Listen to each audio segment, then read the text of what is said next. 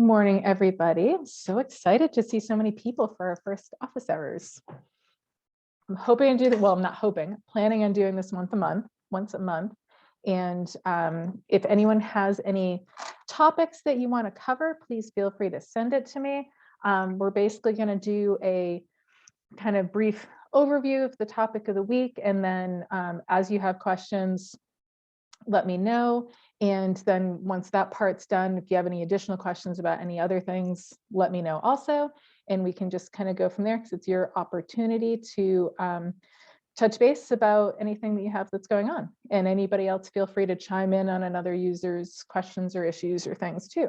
So let me share my screen. So we're going to look at both I'm closing out of one other thing. Look at both our sandbox for examples of this, and I'm also going to use Fairfield's database as an example as well. You should be seeing basically a big blank screen right now. This is the sandbox, and then we'll have the Fairfield's one as well. My login page is a little bit more filled up than I have the sandbox right now. So for locations, obviously a way to track and monitor where all of your items and objects are in your collection. It's pretty straightforward because it's very hierarchical. However, it can be very particular, and you really need to make sure that you know where you are in the system in locations, and pay attention to what you're doing. Once you do it a few times and get used to it, it's a little more second nature. But the first few times, it's definitely very easy to make a mistake. I definitely did that when I started. And they were easy to fix and it wasn't anything catastrophic, but you definitely kind of need to pay attention to what you're doing. You can't do it when you're half asleep. There's a couple ways to get to locations. It is not usually included in the counts at the top screen if you have that little widget on your screen. Usually what I do if I'm just going in is, honestly, what I do when I'm going into anything in my system is just do the quick search for the asterisk to pull up everything and then kind of go to it from there. So I'm going to close. I don't want the objects right now. I want to go into storage locations. So currently in the sandbox, when you get the little parentheses thing that says 100, that means you have over 100 items. So it'll do an individual count for all these other things. There's 3 exhibitions, 21 collections. This is again in the sandbox. So it means we have over 100 storage locations. I'm going to go to the full results.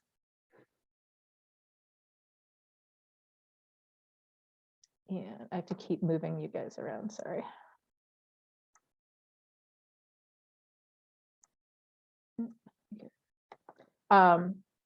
So you do want to note when you go into this that we're on the top left, you'll still see search storage locations. So we're in the search part of this still.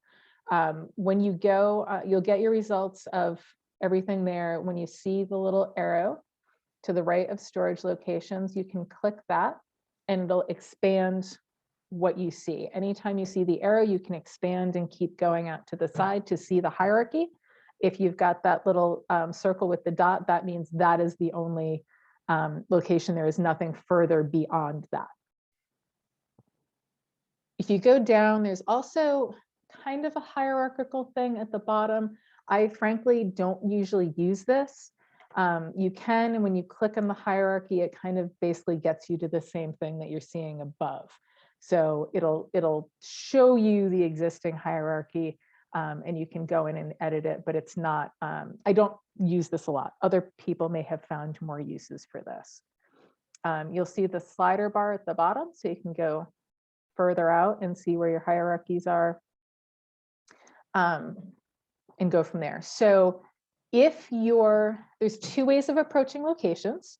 A lot of folks who have done migrations, a lot of the time will have to go in and clean up their locations and put them where they want them to be in the order that they want them to be. Because if you don't have an existing very structured hierarchy, it'll kind of be very possible to kind of put locations all over the place. You'll see this a little bit in the sandbox, because I did populate this with a lot of Fairfield's uncleaned up data. So you'll see kind of, and I've played with it a decent amount since then, but you'll see if I click over FMHC, this is MS for main storage, and it's just kind of all over the place for like further down locations, and you look at it and it just looks like a bunch of gobbledygook. So that's what we had migrated into the system that we had to go and do a cleanup for. It's actually very easy to do cleanup for locations. Again, it's kind of you have to pay attention the first few times to make sure you're where you are, but then it's pretty straightforward and it's very easy. You don't have to move individual objects to each new location. When you're going in brand new to a new system and have to set up your hierarchy, I would do this as one of your first things to do when you go in. Because it's very hierarchical, I would approach it as if you were trying to give somebody directions on how to find something. Know that, so actually we're going to change a little bit. So we're still in search. I'm going to go more into the edit. So we're going to click on that location. And now if you see on the top left, you see editing. So now you know you're in the editing portion versus the search part. So this is where you can move things around. There are location types, and you can see the options here. So you can change storage location type once something is in, which is great for doing the cleanup, because I think most of the time everything goes in as one particular type, and you can change it. So you have a lot of options, including box, cabinet, campus, container, drawer, floor, folder, position, rack, room, shelf, unit, wall. If this doesn't have the exact term that you use, just find something that's closest. Like at Fairfield, we'll use range as one of our like just inside in-house things. I think we've changed that to basically rack. I don't think we use position, or unit we may have used for range instead. So just find whatever's closest to yours. It's just as long as you know internally what the term is, it's easy enough to go ahead and search for something like that if you want to search all the ranges or something. So when you're setting up your hierarchy, I would go, like I said, if you're explaining to someone how to get somewhere, and it goes very wide ranging from like campus to room, wall kind of thing. So we have one campus in Fairfield. So we have on-site, we do have off-site. So I could describe that as another campus, like a whole nother location. But we'll go, for instance, with in the building at the moment. And as you guys go, if you feel free to like raise your hand or just ask a question as we go as well. So let me go to Fairfield on this and see what I have this described as. So I'm double checking that I'm on that FMHC thing, and you'll know the location that you're using because it'll be here in blue, along with being highlighted or bolded down at the bottom. So currently, if I scroll down a little bit farther, the name for this location is FMHC and the identifier is FMHC. What we had been doing as we kind of refined this is spelled it out a little bit more. So the name I might have put Fairfield Museum and History Center and kept that shorter identifier. It's kind of personal preference. There's no right way or wrong way. It's however works best for you guys. Currently, that is a building. So that's fine. We don't need to change that. And under that, we have all kinds of other wacky stuff from legacy data. So We have main gallery. And you can put in notes too, by the way, at the bottom of this location, so you can give more of an explanation of what something is or maybe why it's called that. Under this, so this I think should be a room. Let me double check. Yep, it's room to box. I think we changed all these quite a bit. So if we wanted to update this, and say we don't want main gallery and main gallery one, we just want main gallery as one thing. We don't have two main galleries. If you look under contents, you want to check and see if there's anything that's listed in that location. And currently right now we have 3 things that are listed as being attached to that location. What I'm going to do as thinking of this in a cleanup part is we're going to delete that location. But the excellent part about deleting stuff from this, it'll ask you if you want to move all the related information to something else. So if we go back to our basic info and look at our hierarchy, I'm actually going to change this to main gallery 1 and move that. In main gallery 1 for contents, we have 4 things currently. So I'm going back to, and if I'm going too fast with any of this, let me know. If I'm not explaining something fully, let me know.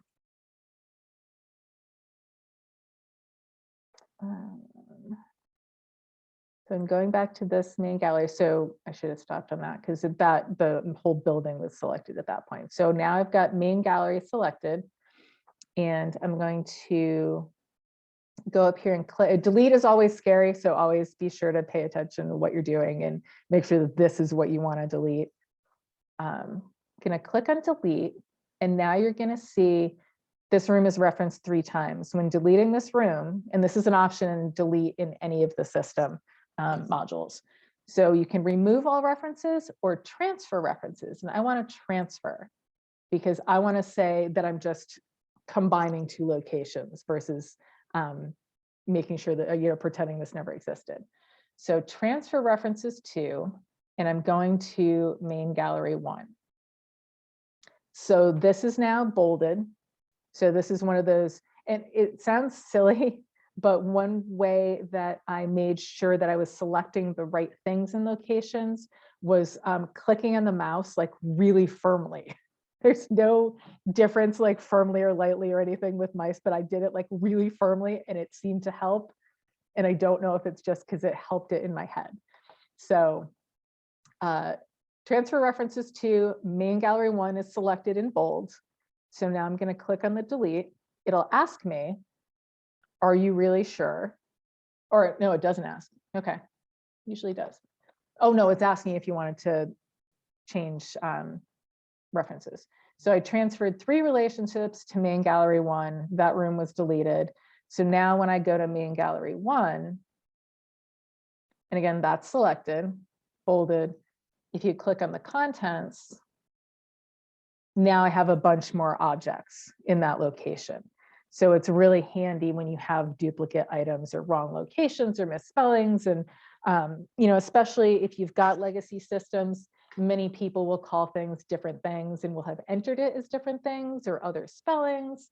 You'll have someone that called it the children's room or the kids' room or the kids' playroom or something like that. And that's one way of going in and just combining them all together and not having to re-enter each location for each object.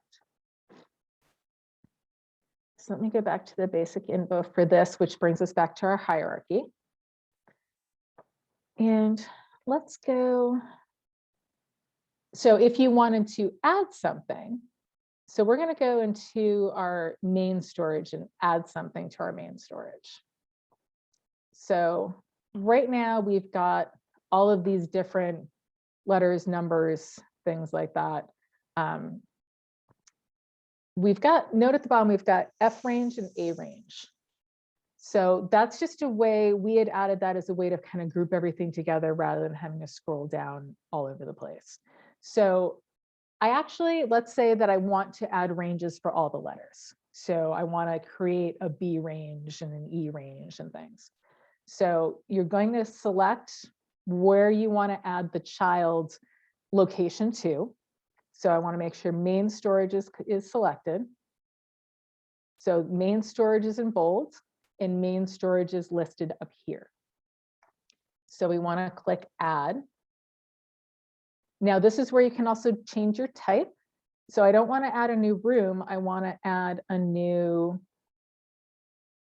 well, actually, let me see what the other one is. So we can go back to explore because we didn't do anything yet. I don't remember what we called these. So just for kicks, we can go in. Oh, and we had called it unit. So now I know I called it unit, so I can go create a new one. So let's go back to main storage. Double checking in bold, select at the top, add. So I'm adding a new unit. Whoops, not a wall. Unit as a child under main storage. So you can select that, but you still need to click the little plus. It'll ask you for the information about that. And you'll notice on the left-hand side, there are no options. It won't give you any options for details until you create the section and save. So I'm going to call this range B. And I'm going to make my location identifier is going to be MS-B. Again, you can call this whatever you want, whatever makes sense in your building. You know, keeping in mind, creating really long identifiers and things can get really hard to read, but you know, that's up to you guys and how that works. And you could also change this to MS-range B, whatever works. So notes, don't have to put notes in. That's any of the notes fields are basically just for you. I am just for the heck of it for this.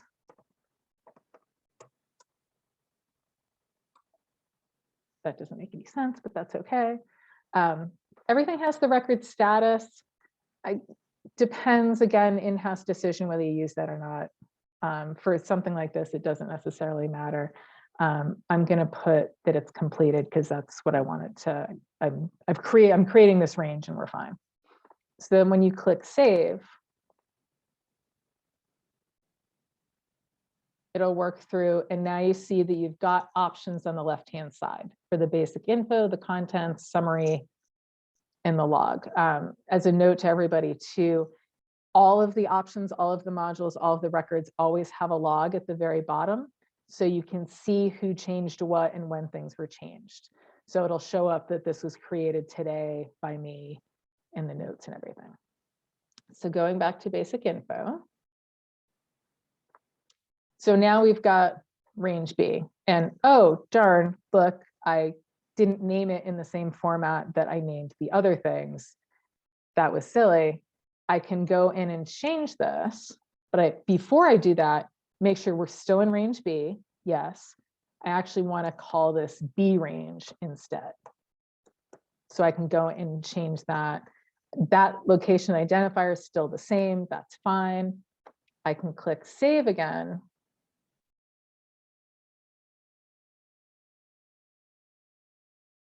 And scroll all the way down through our mess of other locations.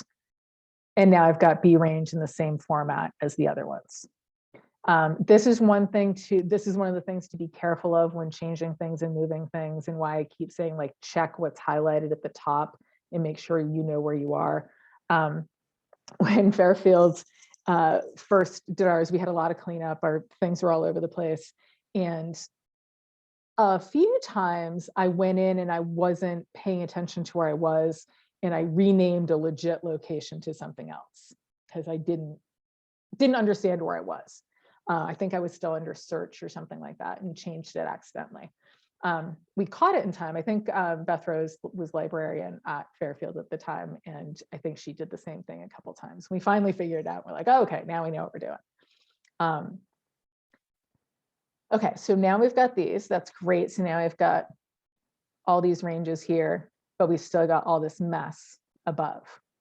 So the way to do, so if you want to add another location, you go through the same thing, and you can add do this. We've got a range selected this time, so we can click add and go from there. I'm going to do a move and move some of our B sections into that B range thing. So I'm going to click on, this is one of our free floating Bs. So I'm going to click on that. Okay, this is selected up here and it's selected in bold. Perfect. So now we can click on move and click on an arrow to choose the location to move this folder. So it's not 100% immediately obvious, like the next move, because it has that really innocuous little instruction. So I want to move that to the B range. Now it shows up in the red, will be moved to B range after next save. Perfect, that's what I want. So I'm going to click save. And now we have B range with the arrow, and you see that B item is moved there. Perfect, exactly what I wanted. I'm going to move one more. Might move two more actually, but just for another example. So actually notice you couldn't tell because you can't hear my mouse necessarily. I clicked on that and it didn't really do anything. So now I just clicked on it again to make sure that it's listed up here. It's selected. I'm going to move this as well. I'm going to move to B range. That's fine. Save. So now we've got two things listed here. It will not automatically sort in any particular order. So you do have to hand sort this yourself as part of your organization. So whether that is as you enter things to enter it in order or enter a few locations and then sort it, it's up to you. I'm going to change this though. So I'm clicking on this one here. You can slide it up above that and it'll reorder it there. Then click save. Very important. It looks like you've moved it. It doesn't take it as a save until you, as with anything in this, until you click save. So now I've got B01, B06. Great. If I click to something else and then go back there, in theory, it should be in order. It took us a while to figure out that you needed to save, if I recall. So we're going to our B range, 0106, we're still in order. Perfect. So you can't just like move it and have it stay there. You have to move it and then click save. Let me see. So we talked about move, we talked about add, talked really briefly about delete. We kind of talked about, just to reiterate, any of the items that you move with something will all get moved with it, which is great. This is very handy for moving boxes that are full of items. So you have boxes with a lot of stuff in it. You can move the box and say that you took something from off-site and that you moved it somewhere on-site, and you took the whole box, and then you can put the whole box back. Make note of where it came from. It does not keep a record, I don't believe, of moves to. I think it might in the log, but we can check. So when you're creating your structure and your hierarchy. Diane? Yes. So if you just move it like you're talking about, you're right, it'll just move it. Yep. But I think, can you, oh no, that's just for the objects to change their location. So I'm sorry. Go ahead. You're right. You're right. For location moves, it just moves it. No. I was thinking when you update the locations, you can change. It keeps a log. It does. No, when you update the objects, when you update the objects, it'll keep a tracking of it, but not the locations. I'm sorry. Yeah, actually, I do want to check that now that you say that, as we're both talking about it. Might be in the log. That's what I'm going to check and see here.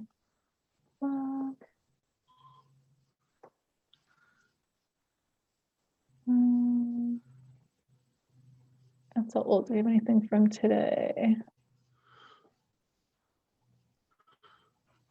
Not really. It doesn't really tell you where it came from.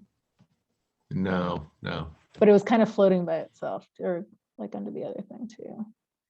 Because that's the other thing is you sometimes need to make, if you're moving like a box and have to move it back, you kind of have to make sure you leave in the note where it came from. And I have done that and said like remove from offsite storage rack C1D or something like that, just to make sure. Because the other thing that I was going to mention too is that even if you don't have, especially if you're starting off with a fresh system and you don't have everything entered in yet, you can also list items like in the notes in your location, and it'll show up in a search. So for instance, I'm still dealing with at Fairfield, and you'll see that on here too. We've moved to the collection several times, and they were very good about numbering the boxes. So I've got like FMHC 300, FHS 20, all kinds of things like that. And they didn't, like I didn't have any of that information in here as far as the individual listing of the objects, but sometimes the boxes have descriptions somewhere else that I can add in. So for instance, if I'm looking for an old accession number that's 1900.26, oh, I have to go to Fairfield for this. Hold on. Hop to Fairfield, 1926.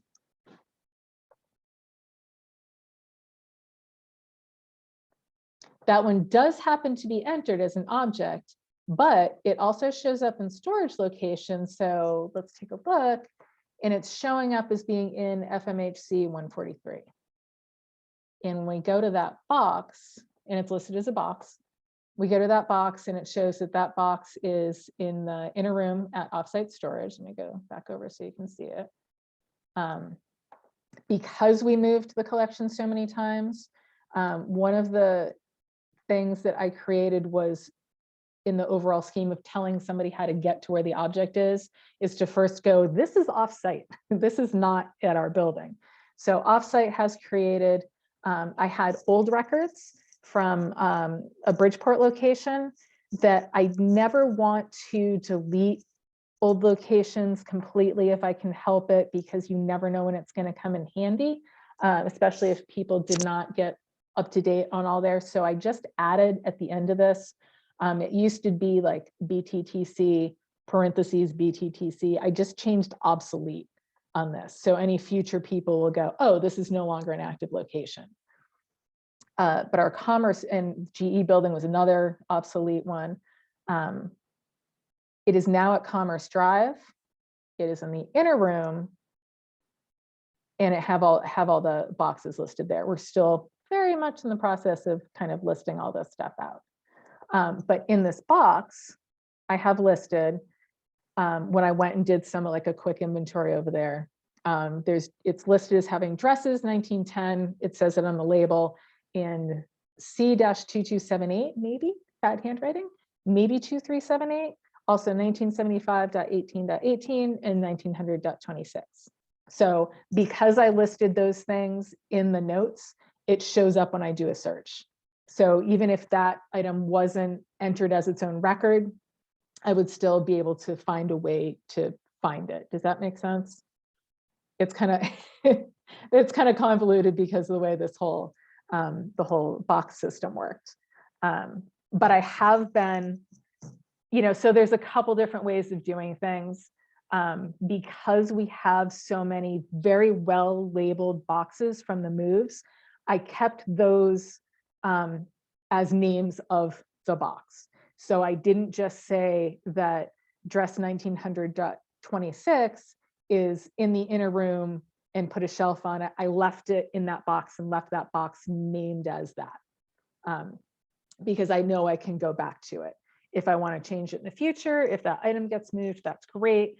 But I have really good inventories of those boxes, and they're very well marked. I just have made sure to keep them as the format as much as I can. So putting the all caps, the space, the whatever. Do know that when you're searching for stuff like that, So if I just put in FMHC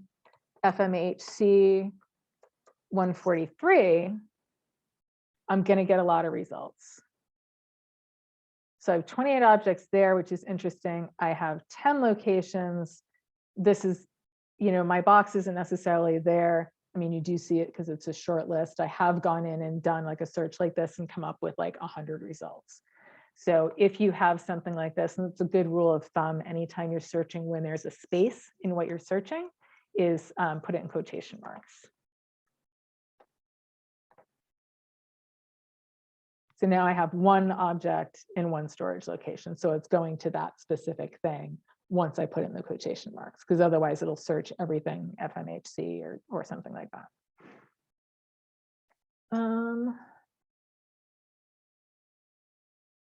Yeah, so basically, if you have old inventory lists, if you're just getting started with your hierarchy, you don't have time to put the 20 items in your list. Oh, actually, I have another good example too. Let me get back to the sandbox, so I'm not putting in a real thing. You can add objects to your box. So if you have the box and the list of items, all of your objects have been added to your system. You don't want to have to pull up each individual item, put the box, change the location. You can do it kind of by adding objects. Double checking them in the sandbox and I'm not messing with Fairfield locations. So let's say in the museum shop, we're putting items on display in the shop for a sale or something. We would never do this, but can't think of anything else off the top of my head.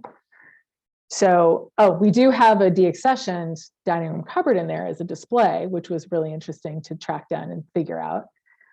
That was a side note. So add relationship here. So say we're putting a bunch of stuff into your location.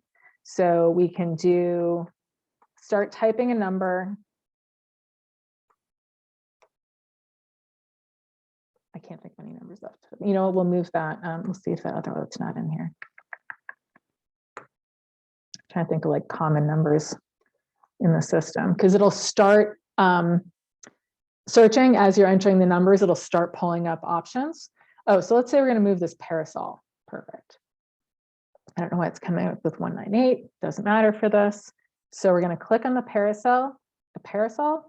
So, and it also gives the option to say, is the temporary location ever permanent? We're going to say it's temporary. So we can click save.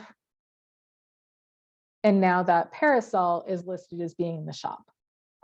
So you can continue to do that. Like if you have a list of 10 items, you can just do add relationship all into that location. So you have, a box of 50 photos, you can just go down and add all the numbers if you were like really, really starting from scratch rather than to call up each record and do it. So Diane, now the parasol has got 2 locations associated with it? No. Now it has, whoops, let me save, even though I didn't do anything. So now if you go into the parasol, it's associated with, but only theoretically will have one current location. So here's the parasol record. Up on the top left, you can see current location is in the museum shop. It really depends if this had any other locations. Because again, so previously you can see that it was in main storage E09H, it was in main storage E10D2. So you'll see the previous locations as to where it is, but it'll currently show up as being in the museum shop. One other thing to note, actually, and I should have mentioned this earlier, a new aspect of the locations within the past year has been, previously it had been you could just assign something as a temporary location or a permanent location. I hate the name. I've always hated the permanent location option because it sounded different to me than home location. Because even to me, like a home location is, yes, that's where it goes back to, but permanent, I don't know that it's just semantics with it. But within the past year, we now have the option of a set home location. So no matter where you move something, you can say that this is the home location that it should always go back to versus permanent or the temporary. So to set the home location, it'll say home location is not set. So trying to remember what it had. Happily, when you do this, if you're just doing it with the location being visible, and I don't know if it's easy to see on the screen share or not, you can kind of see into the background with like the current location, because I've just been doing things as I get to them. So it'll say like its current location is MS-B-1003 or something. So I can still see it to search for it.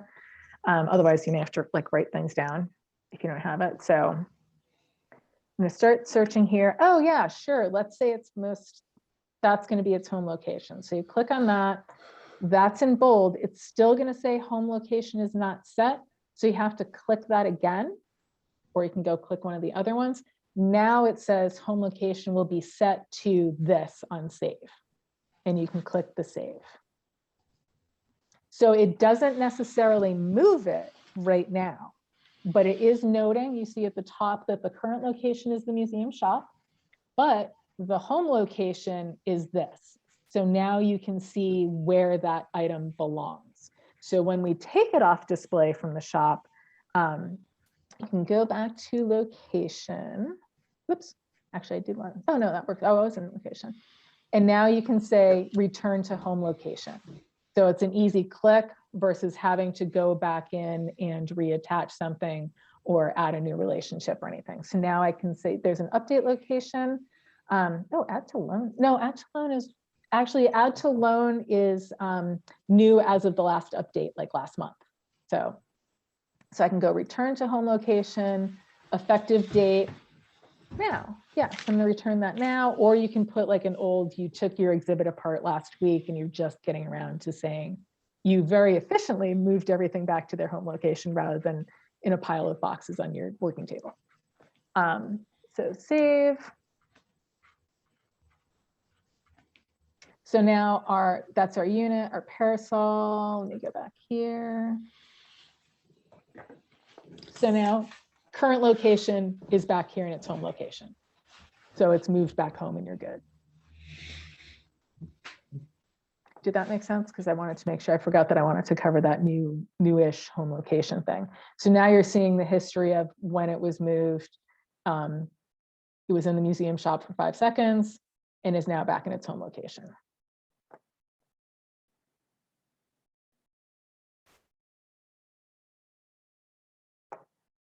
So hopefully that all made sense. I think that was everything that I wanted to cover on that. Does anyone have any questions, thoughts, anything like that? Diane, it's Scott. So just our bugaboo on being able to search or sort by current location field. Any update on when they might be able to look into that? You cannot sort by current location. No. Once, because it'll come up in a display. Let me go to Fairfield because I have more info. I've got mine pulled up. I mean, if you can share your screen, go ahead. Yeah. I don't know if you're able to or not because I don't know. I don't think it was on that setting, but it might be. Yeah, you need to enable me or something. Okay. Yeah, I don't know that I can do it from. Okay. Well, then if you want to do it on yours. Yeah, it's just not a sortable, searchable. It is not a sortable field. It is not.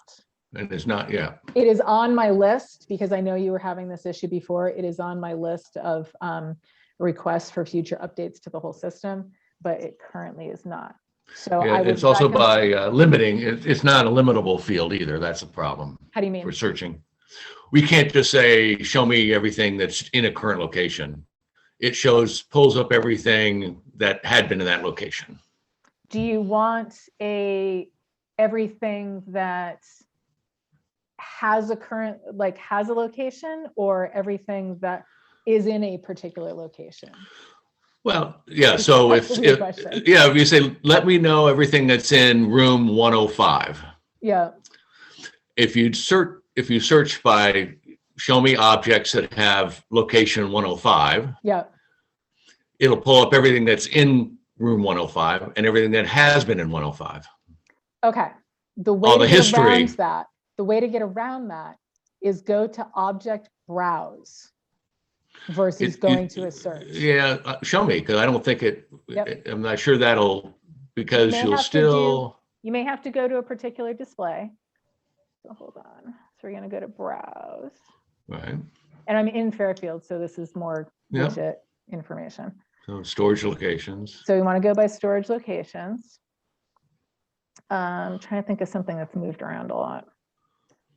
Or a location that has things coming in and out of it a lot. That's what I mean. Something that's got a lot of stuff moving. Honestly, probably our offsite. So actually, how about this? I want to see everything that's in Commerce Drive in our inner room. And I'm going to actually add, hold on, it's still thinking. Yeah, it went there automatically. I wanted to go to our costume racks because that's definitely had a lot of stuff moving. So this is everything on our currently at offsite. So I have 46 things listed at being offsite. Right. So if you go by the top, if I just wanted the things that are in costume rack B, which is your first item, I can't just get the things that are in costume rack B. I also get things, you're also getting things that are in inner room, other areas. Make a related storage locations. Because if you do, and that's kind of hopping over to something else, contents.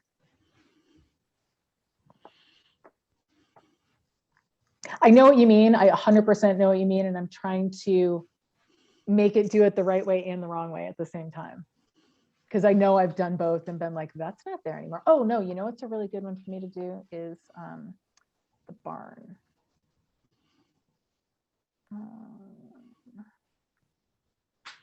Because we've definitely moved a lot of stuff in and out of our barn.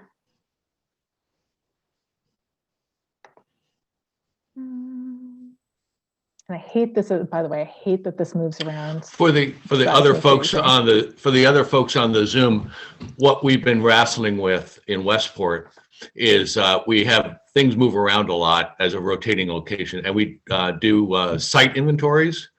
So you want a list of things that are currently supposed to be in a certain site, so you can do an inventory of what's in that site. And we've had to do a lot of workarounds to just get a list of the things that are supposed to be in a specific room or a hallway or a box, because it shows, it searches for everything that had been in the location history for an object.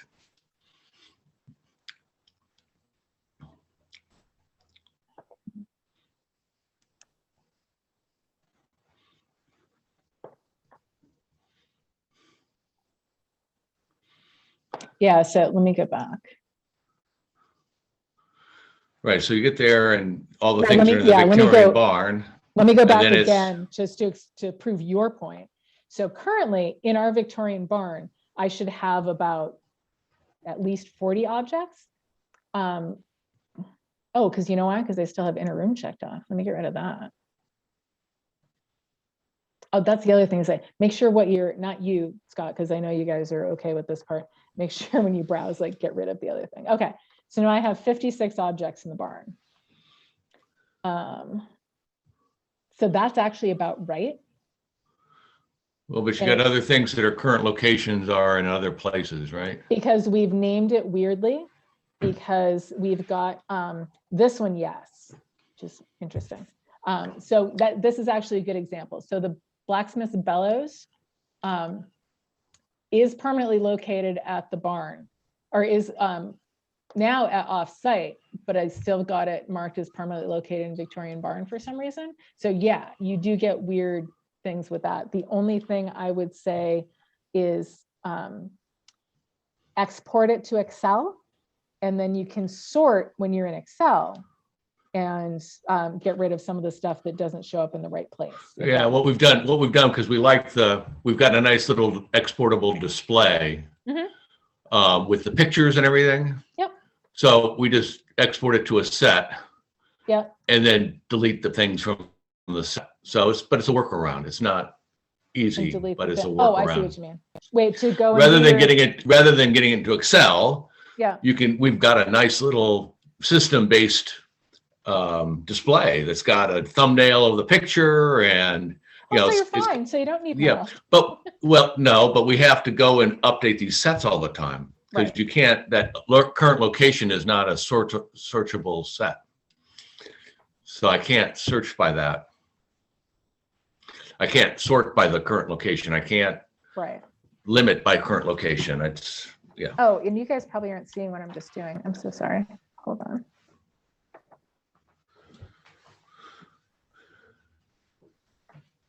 Okay. So if you want to track the items in your system, in collective access, the way you're doing it's probably perfect.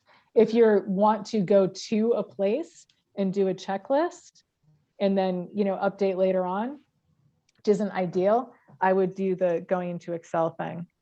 Well, the problem with Excel, I mean, not to get too deep in it for everybody I else, love but Excel, the so you problem can with say there's plenty Excel, of problems you with it. can, but when you output when you print this out, Diane, Yeah. you're going to get a very wide spreadsheet, right? There's plenty of ways. And but the system display is nice. It's a nice, clean little Yes. thing, and it's So- not a big wide spreadsheet with little tiny small Yeah. type, and it's hard to read it. And If you're an Excel wicked nerd like I am, that's fine, and you can manipulate the sheet to make it look like how you want it. But if you want just a quick and easy, I'm going to say for now, keep doing what you're doing. Unfortunately, there's not a better way around it unless you build a different display. It's definitely a bug on the list of why this isn't sortable, and you should be able to sort it. Or Yeah. should be able to All right. make it sortable. And it's definitely a bug on the list. But for now, Right, I think okay. unfortunately you have to keep doing it the way you're doing it. all right. Like I said, I'm a big wicked Excel nerd, so I'm like, oh, I could totally make this do Yeah. anything. But other the than- problem is we want other people who Yeah.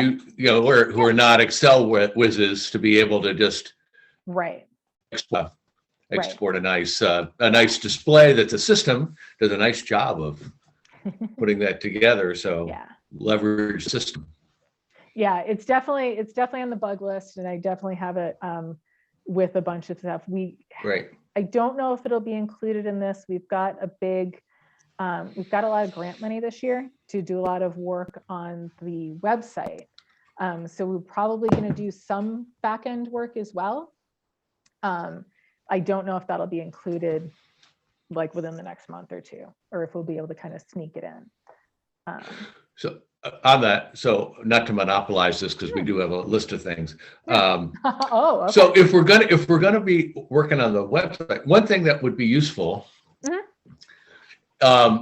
is this thing that you're showing here, the back-end collective access system, is really not optimized for mobile devices. It is not. That is So it's excellent point. difficult. Yeah. So if you're going to iPad or you're doing something off away from your desk, so if there's I don't know what they could do, but that would be an interesting thing interesting thing to have it so you could use a phone or whatever to do this back end stuff. I think the Connecticut Collections is. Yes, it may that's be. got an option. Yeah, that's a little bit better, but yeah, trust me, I've used my phone offsite many times, and it is not optimal. It works. Yeah, you're pinching and scrolling, and anyway. Okay, so noted. It is on the list. What else you got? On the artist files, what would be really great would be if you could add a profile picture of the artist. Or which is probably in your entity field. It's an entity. But if you got an artist as an entity. It is the entity field, and I've actually wanted the same thing myself as well. Yeah, it'd be nice to have a little picture of, if you have it, of the entity. I mean, if you've got a picture of them in the collection, you can link it to the object record, but I know that's not optimal and not what you mean. But right. And then I think Kathy may have mentioned this to you. When you're on the public Connecticut Collections site and you search for someone as an artist, for some reason, all your search results will come back with them if they are also a donor or have other relationship to objects. Oh, that's interesting, because it should not. You should. Well, are they marked as accessible to the public? Right, but but it didn't turn up on the, on the record when you pull it up on Connecticut. But when you search, we've got some artists who also were the donors. So They created the okay. object and they also donated the object, and so they've got multiple relationships to some or they bought an object from another artist and they gave it to the collection, so they're the donor. So if you search for you that want to narrow it by the type of relationship. Yeah, by like created by, by artist. So well, we don't know why, because it doesn't show up in the in the Connecticut Collections display. Right, you can't see it, but you guys know that it's there that way. Right, and the search results you say, oh, those were made by that person. They were donated by that person. Yeah, that's basically going to be one of the things on our list, because we've got we can dream big with the Connecticut Collections webpage. Right. Like we can ask for anything right now and then see how much it's going to cost in the end. But we're kind of at the point of like, make your wildest dreams come true. And that's actually just a general one that we're going to want to do and make things more searchable, like in an advanced search or some kind of option like that. Let me just make a note. And then one other that Kathy mentioned, is that in the exhibition module, to be able to link to an exhibition, the loan forms.